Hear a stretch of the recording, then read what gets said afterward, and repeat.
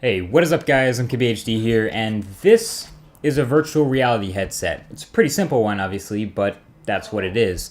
And the idea of virtual reality is just that. It's to replace your reality with some new virtual computer generated environment.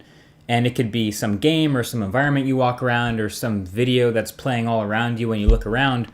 But the idea is to trick your brain into thinking that that's your new reality. So VR started with the Air Force actually as part of their flight training program, and it's flight sim. Now obviously that's much easier and cheaper to have new pilots practicing stuff like fighting maneuvers and shooting things and ejecting and crashing, all without shooting and ejecting and crashing actual million-dollar planes. So that's where VR makes perfect sense. Now in 2015, companies are making these personal VR experiences that you can just buy and use for your own entertainment.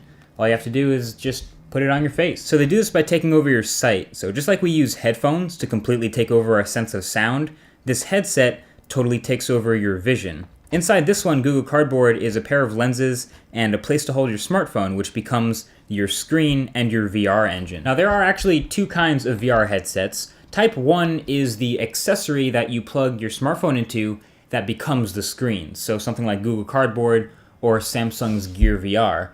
And then Type 2 is the standalone unit that does everything. It has a gyroscope and the screen and everything built in. So that would be something like Oculus Rift or HTC's Vive. Both types of course have these lenses that help your eyes focus on the stereoscopic image that's right up against your face, which isn't great for your eyes by the way, but whatever.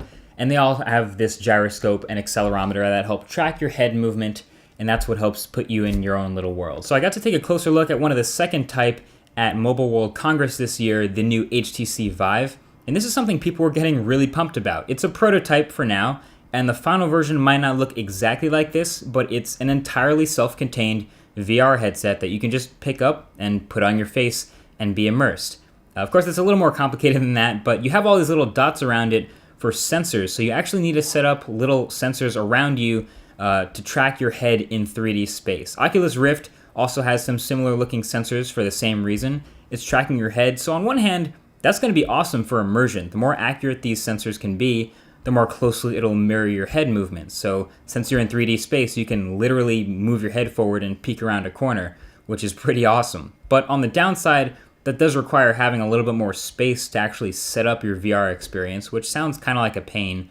And also, the thing people forget is you also need a set of cables to connect this VR headset to your computer. So plenty of people did demos without plugging it in, but you're not exactly untethered when you're really using it. Now that first type of VR headset that uses your phone as the VR engine and the screen is actually a little bit more simple. Your phone already has a gyroscope and an accelerometer built in, so all of your movements around that 3D world will come from that. But these don't have the advantage of sculpting the optimal VR experience. I mean, it's kind of like an accessory, and it's a little bit weird to like clip your smartphone into some crazy, basically oversized case and then strap it onto your head. But the experience can often be almost as good as one of the dedicated headsets, at least to a VR noob like me. But look, making a VR headset right now, at least a good one, is really hard. There are so many things you have to consider. The pixels per inch of the display, since it's right up against your face and it's magnified. And then there's the field of view, since you want it to be as immersive as possible.